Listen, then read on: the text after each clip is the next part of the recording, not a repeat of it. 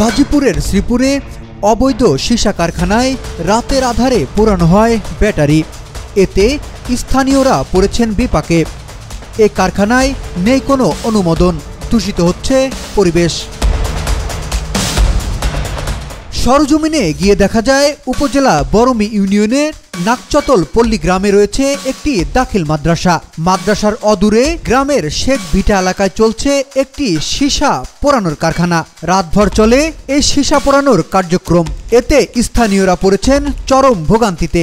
কারখানার আশপাশের গাছপালা শুকিয়ে মরতে শুরু করেছে।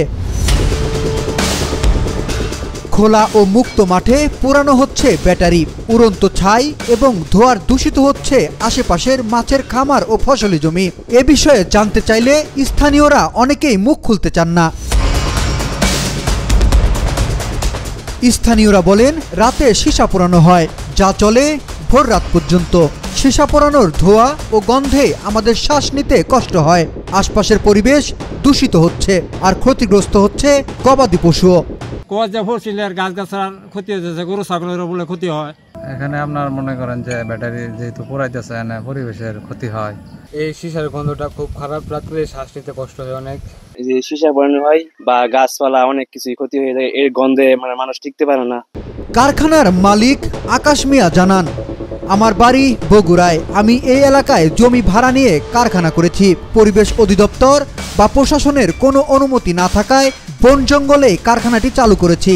তো এটা পরিবেশের যে ক্ষতি হয় এটা আপনি জানেন না? পরিবেশের ক্ষতি হয় দেখে তো দূরে চালাচ্ছি।